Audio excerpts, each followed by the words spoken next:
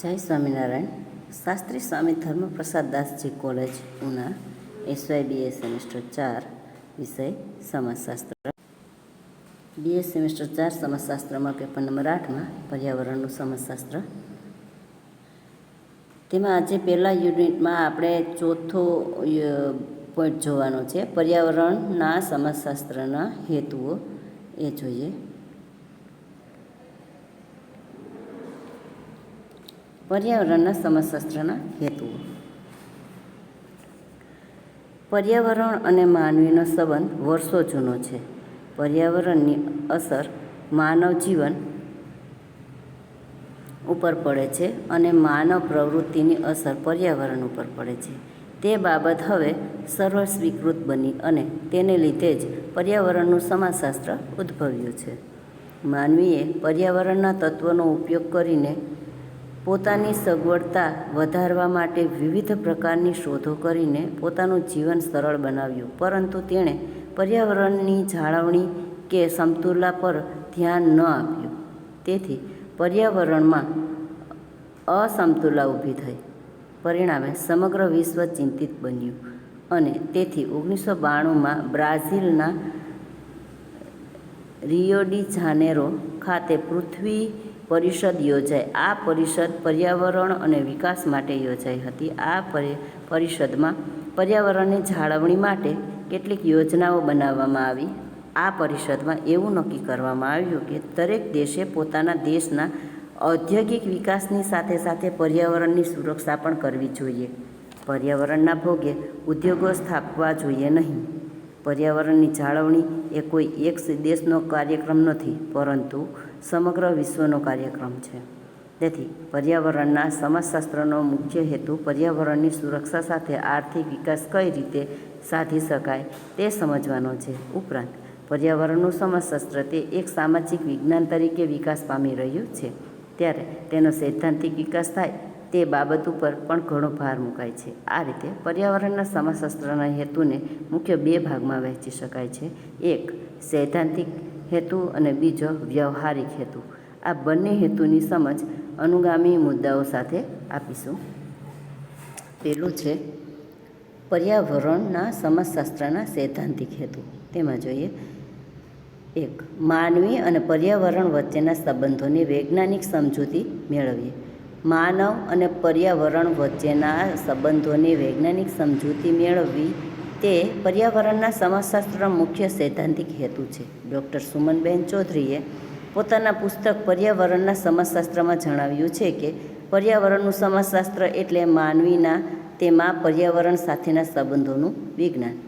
તે દૃષ્ટિએ એક વિજ્ઞાન તરીકે પર્યાવરણનું સમાજશાસ્ત્ર માનવ અને પર્યાવરણ વચ્ચેનો સંબંધ અંગેના સિદ્ધાંતો સ્થાપવામાં રસ ધરાવે છે. માનવી અને પર્યાવરણ વચ્ચે સંબંધ વર્ષો જૂનો છે. માનવી પ્રાથમિક કક્ષાનું જીવન જીવતો હતો અને આદિમાનવ કહેવાતો, ત્યારે તે પર્યાવરણના સંપૂર્ણ પ્રભાવ નીચે જીવન ગુજારતો હતો. તે સમયે માનવ માટે કુદરતી પર્યાવરણ પોષક, રક્ષક અને આશ્રયદાતા હતું. આજે પણ માનવીની મોટાભાગની આર્થિક પ્રવૃત્તિઓનું આધારબિંદુ પર્યાવરણ છે. માનવ આજે પર્યાવરણના અનેક પરિબળો ઉપર અસંત પ્રભુત્વ મેળવી પોતાની બુદ્ધિ, પ્રતિભાથી પ્રગતિ સાધે છે. આજે માનવને ખોરાક, પોશાક, રહેઠાણ તેમજ વિવિધ આર્થિક પ્રવૃત્તિઓ માટેનું જરૂરી ભાથું તેમજ વિવિધ કુદરતી સંપત્તિની ભેટ પ્રાપ્ત થઈ છે. પરંતુ માનવે પોતાની સ્વાર્થ પ્રવૃત્તિને કારણે પર્યાવરણને એટલું બધું નુકસાન પહોંચાડ્યું છે કે સમગ્ર પર્યાવરણને દૂષિત કરી નાખ્યું છે. વાતાવરણમાં વિવિધ જાતિમાં પ્રદૂષણો ફેલાયેલા છે. તેથી પર્યાવરણના સમાજશાસ્ત્રીઓએ માનવ અને પર્યાવરણ વચ્ચે સમતુલા જાળવી રાખવા માટે વિવિધ સિદ્ધાંતો શોધવાનો પ્રયત્ન શરૂ કર્યો છે, જે અનુગામી ચર્ચાથી સ્પષ્ટ થશે. એમાં બીજું છે પર્યાવરણની સમતુલા જળવાય અને વિકાસ પણ થાય તેવા સિદ્ધાંતો શોધવા. તેમાં જોઈએ પર્યાવરણની સમતુલા જોખમાવવામાં માનવીની મહત્તમ ભૂમિકા છે. તેથી પર્યાવરણની સમતુલા જળવાય અને વિકાસ પણ થાય તેવા સિદ્ધાંતો સ્થાપવા તે પર્યાવરણના સમાજશાસ્ત્રનું મહત્ત્વનું કાર્ય છે. માનવ અને પર્યાવરણ પરસ્પર સંકળાયેલા હોવાથી પર્યાવરણની સુરક્ષા કરવી ખૂબ જ જરૂરી છે. માનવીએ પોતાના સરળતા માટે પર્યાવરણના તત્વોનો ભરપૂર ઉપયોગ કરીને પર્યાવરણની સમતુલાને ખોરવી નાખી છે. તેથી પર્યાવરણની સમતુલા લાવવા માટે વૈશ્વિક પ્રયાસો શરૂ થયા છે. માનવીના હિતને ધ્યાનમાં રાખીને પર્યાવરણની જાળવણી તેમજ આર્થિક સમૃદ્ધિ મેળવવી જોઈએ. જો માનવીના હિતને બાજુએ રાખીને પર્યાવરણની સમતુલા અને આર્થિક વિકાસ કરીએ તો તે ઉપયોગી બની રહેશે નહીં. પર્યાવરણને ભોગે થતો આર્થિક વિકાસ છેવટે તો વિકાસનો જ નાશ કરે છે. પર્યાવરણના ભોગે આર્થિક વિકાસ કરવાથી તે માનવીની અને બીજી સજીવો માટે નુકસાન કરતા બને છે. જો આર્થિક સમૃદ્ધિ સારી હોય પરંતુ પર્યાવરણ સારું ન હોય તો સજીવ સૃષ્ટિ સંભવી શકે નહીં. તેથી વિકાસ થાય સાથે સાથે પર્યાવરણ પણ જળવાય તેવા સિદ્ધાંતો શોધવાનો પ્રયાસ પર્યાવરણના સમાજશાસ્ત્ર દ્વારા કરવામાં આવે છે. ડૉક્ટર વિદ્યુત જોશી પર્યાવરણના પાયાના સિદ્ધાંતો દર્શાવે છે, જેમ કે વિકાસ પાયામાં માનવ છે. અત્યારની અને ભવિષ્યની પેઢીનો અધિકાર સુરક્ષિત રાખવા, ગરીબી દૂર કરવી, પર્યાવરણના જતન માટે બધા જ રાજ્યો સહકાર સાથે યોગ્ય વસ્તી નીતિ અપનાવી પર્યાવરણના પ્રશ્નોનો ઉકેલ લોકભાગીદારી દ્વારા લાવી શકાય. ટકાઉ વિકાસ માટે સ્ત્રીઓની ભાગીદારીનું મહત્ત્વ ન સ્વીકારવું જોઈએ. આદિવાસી તેમજ સ્થાનિક સમુદાયોને પર્યાવરણની જાળવણી માટેની પરંપરા હોય છે. આ પરંપરાને ઓળખવી અને ટકાઉ વિકાસ માટે તેનો ઉપયોગ કરવો અને પર્યાવરણને લગતા વિવાદનો શાંતિપૂર્ણ ઉકેલ લાવવો અને આવા બીજા સિદ્ધાંતો સિદ્ધ કરવા એ પર્યાવરણના સમાજશાસ્ત્રનો મુખ્ય હેતુ છે. વર્તમાન સમયમાં વિકાસનો ખ્યાલ બદલાયો છે. આર્થિક વિકાસને બદલે માનવીય વિકાસનો અર્થ લોકોની પસંદગી વ્યાપક થવી, રસ રુચિમાં વૃદ્ધિ થવી એવો કરવામાં આવે છે. હવે એવું માનવામાં આવે છે કે ખૂબ વધુ કે ખૂબ ઓછા ઉપભોગની જરૂર નથી, પરંતુ ઉપયોગની અલગ તરહની જરૂર છે. પર્યાવરણને સંબંધિત ચિંતા તથા ટકાઉ વિકાસની વિચારસરણીમાંથી આ ખ્યાલ ઉદ્ભવ્યો છે. બીજો પોઈન્ટ છે પર્યાવરણના સમાજશાસ્ત્રનો વ્યવહારલક્ષી હેતુ. પર્યાવરણ અને માનવીય પ્રવૃત્તિ વચ્ચેના આંતરસંબંધોમાંથી વિવિધ સમસ્યાઓ ઉદ્ભવી છે, જેમાં પ્રદૂષણની સમસ્યાને માનવ જીવન સામે ખતરો ઊભો કર્યો છે. આવી સમસ્યાનું નિવારણ લાવવા તે પર્યાવરણના સમાજશાસ્ત્રનો મુખ્ય હેતુ છે. ઉપરાંત પર્યાવરણને નુકસાન ન થાય અને આર્થિક વિકાસ પણ સાધી શકાય એ પ્રકારના પ્રયાસો કરવાનો હેતુ ધરાવે છે. તેમજ પર્યાવરણની જાળવણી પ્રત્યે લોકજાગૃતિ કેળવાય તે પર્યાવરણના સમાજશાસ્ત્રનો હેતુ છે. ડૉક્ટર વિદ્યુત જોશીએ પર્યાવરણના વિવિધ સિદ્ધાંતો દર્શાવતા જણાવ્યું છે કે 1992 પછી સમગ્ર જગતમાં ટકાઉ વિકાસ તરફ લઈ જતા સમાજ માટેનો ખ્યાલ સર્વસંમતિથી ઊભો થયો છે. આ નવા સમાજના પાયાના લક્ષણો સમાજ વ્યવસ્થાની ગુણવત્તા બદલી કાઢશે. આ મોડલના સંદર્ભમાં પર્યાવરણનું સમાજશાસ્ત્ર વિકાસ પામશે અને વિવિધ અભ્યાસો દ્વારા વ્યવહારલક્ષી સિદ્ધાંતો સ્થાપશે અને તે જ પર્યાવરણના સમાજશાસ્ત્રની મહત્ત્વની ભૂમિકા છે. તેમાં પહેલો પોઈન્ટ છે પર્યાવરણના પ્રદૂષણની સમસ્યાઓના નિવારણમાં સહાયક બનવાનો હેતુ. એમાં જોઈએ પર્યાવરણના પ્રદૂષણનો સંબંધ વિવિધ માનવીય પ્રવૃત્તિઓ અને ઔદ્યોગિક વિકાસ સાથે જોડાયેલો છે. વ્યક્તિ તેની પાયાની જરૂરિયાતોની પરિપૂર્તિ અર્થે જે પ્રવૃત્તિ કરે છે તેના પરિણામે પર્યાવરણનું પ્રદૂષણ ઉદ્ભવે છે. પર્યાવરણ પોતે જ અમુક સીમા સુધી તો પ્રદૂષણને રોકે છે, પરંતુ જ્યારે વ્યક્તિ દ્વારા પ્રદૂષણની માત્રા ખૂબ જ વધી જાય છે ત્યારે પ્રદૂષણની સમસ્યા ઉત્પન્ન થાય છે. તેની ઘાતક અસરો મનુષ્ય સહિત સમગ્ર પર્યાવરણ ઉપર પડે છે. વૈશ્વિક સ્તરે વધતું જતું ઔદ્યોગિક શહેરીકરણ, રાસાયણિક ખાતરો, જંતુનાશક દવાઓનો ઉપયોગ, પરમાણુ શક્તિનું ઉત્પાદન તેમજ વિકાસશીલ પ્રવૃત્તિને લીધે વિવિધ પ્રકારે પર્યાવરણનું પ્રદૂષણ પેદા થાય છે. જમીન, હવા, પાણી, ખોરાક વગેરે પ્રદૂષણ પેદા કરે છે અને થાય છે. જમીન, હવા, પાણી, ખોરાક વગેરે પ્રદૂષિત થવાને લીધે જીવસૃષ્ટિ પર તેની વિપરીત અસરો ઉદ્ભવે છે. આ વિપરીત અસરો ઓછી કરવા, પ્રદૂષણનું પ્રમાણ ઘટાડવાના માર્ગો શોધવા તે પર્યાવરણના સમાજશાસ્ત્ર એક વ્યવહારલક્ષી હેતુ રહેલો છે. એના પછીનો બીજો પોઈન્ટ છે માનવહિત અને સામાજિક કલ્યાણનો હેતુ. માનવીની વિવિધ જરૂરિયાતો પૂરી પાડવા વિકાસની પ્રક્રિયા જાળવી રાખવાના પ્રયાસો કરવામાં આવે છે, પરંતુ માનવીની ન્યાયોચિત હિતોની અવગણના કરીને પર્યાવરણના ભોગે વિકાસ સાધવો યોગ્ય નથી.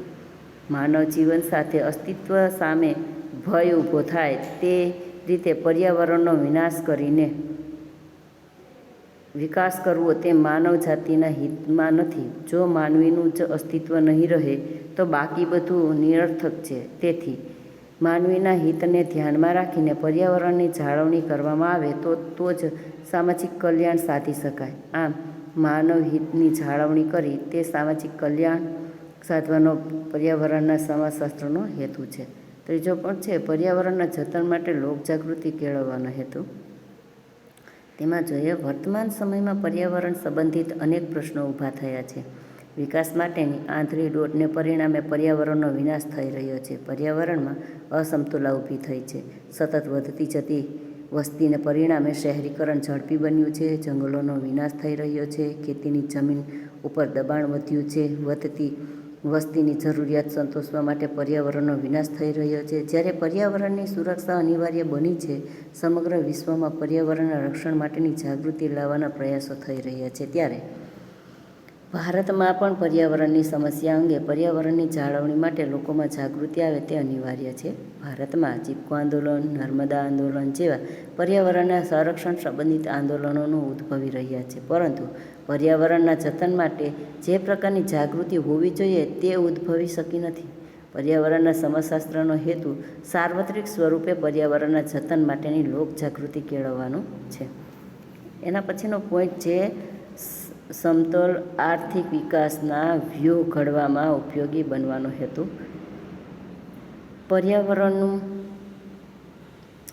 સમાજશાસ્ત્ર સમતોલ આર્થિક વિકાસ કઈ રીતે થઈ શકે તે બાબત ઉપર વિશેષ ભાર મૂકે છે. વિશ્વના વિવિધ દેશો વચ્ચે આર્થિક વિકાસની હરીફાઈ ઉદ્ભવી છે. આવી હરીફાઈને કારણે પર્યાવરણની સુરક્ષાનો વિચાર કર્યા વગર માત્ર વિકાસ પર જ ધ્યાન કેન્દ્રિત કરવામાં આવ્યું, જેથી પર્યાવરણના વિવિધ ઘટકોને પારાવાર નુકસાન થયું. પર્યાવરણીય અસમતુલા ઉદ્ભવી. આર્થિક વિકાસ અનિવાર્ય છે, પરંતુ પર્યાવરણના ભોગે ન થવો જોઈએ. આપણે આર્થિક વિકાસ સાધીએ પરંતુ પર્યાવરણ જ સારું ન હોય તો લોકો આર્થિક વિકાસ ભોગવવા સક્ષમ ન રહે. તેવો આર્થિક વિકાસ નિરર્થક છે. 1992માં બ્રાઝિલમાં યોજાયેલી પરિષદનો મુખ્ય હેતુ પર્યાવરણ અને વિકાસ સંબંધિત હતી અને એજન્ડા 21માં પણ આર્થિક વિકાસની સાથે સમતોલા પર્યાવરણ ઉપર પર ભાર મૂકવામાં આવ્યો. વિકાસ થાય પરંતુ સાથે સાથે પર્યાવરણ પણ જળવાય તે બાબત ઉપર ભાર મૂકવામાં આવ્યો. આમ પર્યાવરણના સમાજશાસ્ત્રનો મુખ્ય હેતુ સમતોલા આર્થિક વિકાસમાં વ્યૂહ ઘડવાનો છે. છેલ્લો પોઈન્ટ છે પર્યાવરણ અંગે સ્વૈચ્છિક સંગઠનની ભૂમિકા સમજવાનો હેતુ. તેમાં જોઈએ, પર્યાવરણના સમાજશાસ્ત્રનો એક હેતુ પર્યાવરણ સ્વૈચ્છિક સંગઠનોની ભૂમિકા સમજવાનો છે. પર્યાવરણની જાગૃતિ અને સુરક્ષા માટે બિનસરકારી સ્વૈચ્છિક સંગઠનો NGO મહત્ત્વની ભૂમિકા ભજવે છે. ખાસ કરીને ગ્રામીણ કક્ષાએ લોકોમાં પર્યાવરણની જાળવણી, સંરક્ષણ અંગેની જાગૃતિ કેળવાય તે માટે સ્વૈચ્છિક સંસ્થાઓ મહત્ત્વની કામગીરી બજાવે છે. સરકારના કર્મચારી કરતાં સ્વૈચ્છિક સંગઠનના કાર્યકરો લોકોના નિકટના સંપર્કમાં હોય છે. તેથી વર્તમાન સમયમાં NGOનું મહત્ત્વ વધ્યું છે. તેથી પર્યાવરણની જાળવણીના ક્ષેત્રે અને તે સંબંધિત લોકજાગૃતિ કેળવવામાં સ્વૈચ્છિક સંગઠનોની ભૂમિકા શું છે તે સમજવાનો પર્યાવરણના સમાજશાસ્ત્રનો એક હેતુ છે. આમ પર્યાવરણનું સમાજશાસ્ત્રના વિવિધ હેતુઓ રહેલા છે. પર્યાવરણ કે જેના પ્રાકૃતિક અને સામાજિક તત્વો એમ બંનેનું સમાયોજન થયેલ છે. આ બંને તત્વો એકબીજા પર પ્રભાવ પાડે છે, પરંતુ પ્રાકૃતિક તત્વોની પ્રબળતા મુખ્ય રુચિથી માનવીની ગતિવિધિઓને અને નિશ્ચિત દિશા આપે છે. જેથી આ પર્યાવરણની શક્તિઓનો માનવ સંદર્ભમાં અભ્યાસ કરવો જોઈએ. બીજી તરફ માનવીની કેટલીક પ્રવૃત્તિઓ પર્યાવરણને બદલવામાં ખૂબ જ મહત્ત્વનો ભાગ ભજવે છે. જેમાં પર્યાવરણે પરિણામે પર્યાવરણમાં કેવા ફેરફારો આવે છે તેનો અભ્યાસ પણ પર્યાવરણના સમાજશાસ્ત્રનો એક હેતુ છે. આ રીતે જોઈએ તો પર્યાવરણ અને માનવ વચ્ચેની આંતરક્રિયા અને આંતર સંબંધોનો તેમજ તેના પરિણામોનો પર્યાવરણના સમાજશાસ્ત્રનો મુખ્ય હેતુ છે. આ અહીંયા ચોથો પોઈન્ટ આપણો પૂરો થાય છે. એના પછીનો પોઈન્ટ આ ભણશું. જય સ્વામિનારાયણ.